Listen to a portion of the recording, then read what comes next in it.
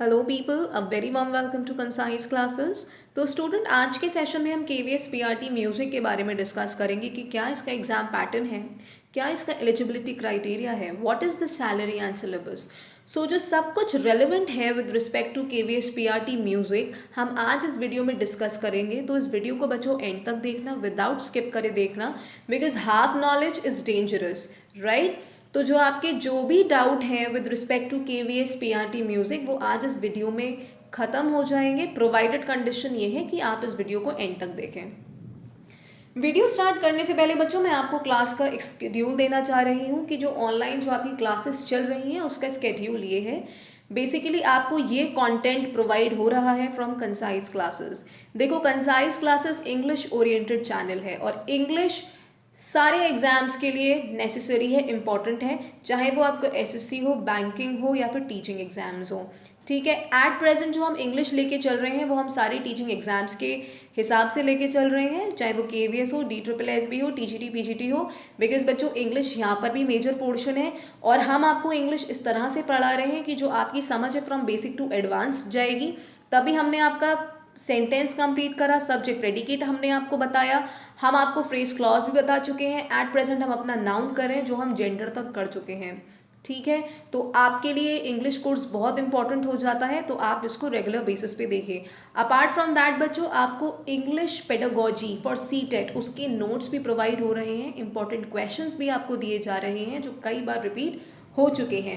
One word substitution की series भी चल रही है, ये आपके एसएससी बैंकिंग के लिए तो है ही इंपॉर्टेंट, साथ साथ बच्चों ये टीचिंग एग्जाम्स के लिए भी इंपॉर्टेंट है, क्योंकि अगर हम टीजीटी पीजीटी के एग्जाम्स देखें, चाहे वो आपका केवीएस का हो, चाहे वो आपका DSSB का हो, ठीक है, चाहे आपका यूपी टेट हो, सी टेट हो, एच टेट हो, MP टेट हो, इन सब में बच्चों आपका वन वर्ड सब्स्टिट्यूशन आता है। और जो आपके टीजीटी पीजीटी एग्जाम्स हैं या पीआरटी है, इसमें काफ़ी अच्छे लेवल के वन वर्ड सब्स्टिट्यूशन पूछ लिए जाते हैं। तो अगर आप इस बुक को कंप्लीट कर लेते हो देन ट्रस्ट मी, आपके सामने कोई भी वन वर्ड आ जाए आप उसे ना क्रैक कर पाओ, ऐसा हो ही नहीं सकता है। ठीक है, उसके साथ साथ बच्चों word power made easy by Norman Lewis बहुत फैंटास्टिक किताब है यूपीएससी एस्पिरेंट्स के लिए, अगेन एसएससी बैंकिंग एस्पिरेंट्स के लिए। साथ साथ बच्चों टीचिंग एग्जाम्स के एस्पिरेंट भी इस बुक को कर सकते हैं, बिकॉज ये काफ़ी मोटी किताब है, छोटी सी है पर मोटी सी किताब है, पढ़ने में इसमें काफ़ी टाइम लग जाता है, लेकिन हमने आपको बहुत ईजी वे में प्रोवाइड करने की कोशिश करी है। एंड आपके टीजीटी पीजीटी के एग्जाम्स में भी बच्चों वोकैबुलरी आ जाती है और काफ़ी अच्छे लेवल की आ जाती है। तो ये सोच के इग्नोर मत करो कि हाँ भाई मेरे 20 क्वेश्चंस आ रहे हैं तो मैं करके क्या करूँगा, ठीक है ना। बिकॉज देखो इंग्लिश ग्लोबल लैंग्वेज है, ठीक है, इंग्लिश एक बिजनेस लैंग्वेज है। कोई बंदा अगर इंग्लिश बोलने वाला है ना तो उसे बहुत कॉन्फिडेंट पर्सनालिटी की तरह देखा जाता है। तो अगर आपको कहीं से कोई ज्ञान मिल रहा है, ईजी फॉर्म में मिल रहा है, तो उसे ग्रैब करने में ना बच्चों कोई बुराई नहीं है। आप उसको इसलिए मत छोड़ो कि यार ये मेरे एग्जाम के लिए रेलिवेंट नहीं है तो मैं इसे पढ़ के क्या करूँ। नो, जो आपकी word power made easy by normal Lewis है या कोई भी किताब बच्चों, आपको अपनी इंग्लिश पर तो काम करना ही है ना। और इंग्लिश पे काम करने से पहले सबसे पहली चीज़ जो इंपॉर्टेंट होती है वो होती है वोकैबुलरी, ठीक है, आपका शब्दकोश।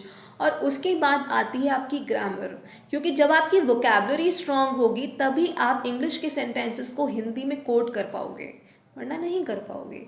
तो वोकैबुलरी तो समझना इंपॉर्टेंट है ना, तो आप लोग भी इस सीरीज़ को फॉलो कर सकते हो। अपार्ट फ्रॉम दैट हम आपकी सीरीज़ बाद में भी चलाएंगे जहां हम आपके important word meanings cover up करेंगे, क्योंकि आपके वर्ड मीनिंग्स आते हैं सारे टीचिंग एग्जाम्स में। ओके, तो ये बच्चों आपको कंटेंट मिल रहा है फ्रॉम कंसाइज क्लासेस। तो आप अगर पहली बार इस चैनल को देख रहे हैं तो चैनल को ज़रूर सब्सक्राइब करना, वीडियो को भी लाइक करना और ज़्यादा से ज़्यादा शेयर करना, बिकॉज आपके लाइक से ही पता लगता है कि हम आपको हमारी जो मेहनत है वो अच्छी लग रही है। चलो अब हम बात करते हैं बच्चों जो आपकी एसेंशियल क्वालिफिकेशन है। देखो एसेंशियल क्वालिफिकेशन में ऐसा है कि आपके 10-12 में 50% मार्क्स होने चाहिए, साथ साथ आपके पास म्यूज़िक में एक बैचलर डिग्री होनी चाहिए। अगर आपके पास डिप्लोमा है तो आप इस एग्ज़ाम के लिए वैलिड नहीं हो, दैट मीन्स आपके पास बैचलर डिग्री होनी चाहिए, डिप्लोमा नहीं होना चाहिए। अपार्ट फ्रॉम दैट बच्चों इसमें डिज़ायरेबल नॉलेज की बात करी है कि आपको कंप्यूटर एप्लीकेशन की थोड़ी बहुत नॉलेज होनी चाहिए, डिज़ायरेबल है, ठीक है। अगर थोड़ी बहुत भी है तो वो मोर देन सफिशिएंट है, ठीक है। जो आपकी एज लिमिट है बच्चों वो 30 साल तक है, बाकी आपका रिलैक्सेशन तो आपको पता है कि SC ST 5 साल। और जो आपका ओबीसी है वो 3 साल का चलता है। ये जो गवर्नमेंट के जो प्रॉपर रूल्स हैं जो सारे गवर्नमेंट एग्जाम्स में एप्लीकेबल हैं वो यहाँ पर भी एप्लीकेबल है, ठीक है। जो रिलैक्सेशन SC ST OBC को मिल रहा है वही रिलैक्सेशन यहाँ पर भी मिलेगा। ओके, अपार्ट फ्रॉम दैट बच्चों हम बात करते हैं जो आपका एग्ज़ाम है वो आपका 150 मिनट्स का होगा, ठीक है। 150 क्वेश्चंस आएंगे और एक क्वेश्चन 1 मार्क का है। दैट मीन्स आपका जो 150 क्वेश्चंस है वो 150 मार्क्स के हैं, ठीक है। 2 पार्ट है। पार्ट 1 में आपकी जनरल इंग्लिश, जनरल हिंदी, जहाँ आपके 10-10 क्वेश्चन आ जाते हैं। यहाँ पर जो इंग्लिश का लेवल है थोड़ा सा हल्का होता है बिकॉज बेसिक इंग्लिश पूछी जाती है, ठीक है। अब हम आपकी पार्ट 2 की बात करें तो general knowledge and current affairs. अगर आपका एग्जाम नवंबर में है मानो, तो अगर आप पिछले 6 महीने के करंट अफेयर्स कर लेते हो तो वो मोर देन सफिशिएंट है। तो आप ये मानो अगर आपके 10 क्वेश्चन है तो 5 क्वेश्चन तो आपके करंट अफेयर से आ जाएंगे, 5 आपका जनरल नॉलेज, ठीक है, जिसे हम स्टैटिक पोर्शन भी कहते हैं। बाकी डायनामिक जो हो गया बच्चों वो आपका करंट अफेयर्स हो गया। रीजनिंग बहुत ज़्यादा हाई लेवल की नहीं आती है, ठीक है, लेकिन रीजनिंग को भी करना इंपॉर्टेंट है। तो 10 क्वेश्चन यहाँ से आते हैं। कंप्यूटर लिटरेसी, अगेन बहुत बेसिक कंप्यूटर लिटरेसी पूछी जाती है, तो आप इसको भी कवर अप कर लोगे बहुत आसानी से, लेकिन किताबें तो पढ़नी पड़ेंगी ऑफ कोर्स। तो 10 क्वेश्चन यहाँ से भी आएंगे। अब हम बात करते हैं बच्चों सब्जेक्ट कंसर्न के बारे में। सब्जेक्ट कंसर्न में ये है बच्चों आपके 100 क्वेश्चन आते हैं, जहाँ आपके म्यूजिक से 100 क्वेश्चन आ रहे हैं, ठीक है। अब ये तो बच्चों आपका एग्जाम का पैटर्न हो गया। अब किस बेसिस पे आपकी मेरिट बनती है? देखो, जो आपका ये रिटन एग्जाम हुआ ये आपका MCQ बेस्ड है, इसमें कोई भी नेगेटिव मार्किंग नहीं है, ओके। तो ये आपका रिटन एग्जाम हुआ, फिर आपका परफॉर्मेंस टेस्ट होगा, फिर आपका इंटरव्यू होगा, ठीक है।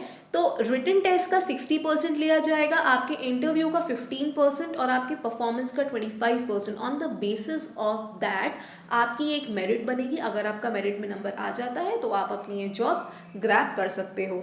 तो बच्चों ये तो है पूरा एग्जाम का पैटर्न। यहाँ पे बच्चों डिटेल्ड सैलरी स्ट्रक्चर को भी मैंने बताया है कि जहाँ आपकी बेसिक सैलरी इतनी रहेगी, आपका HRA रहेगा या आपका डियरनेस अलाउंस, ये आप सब पढ़ सकते हो।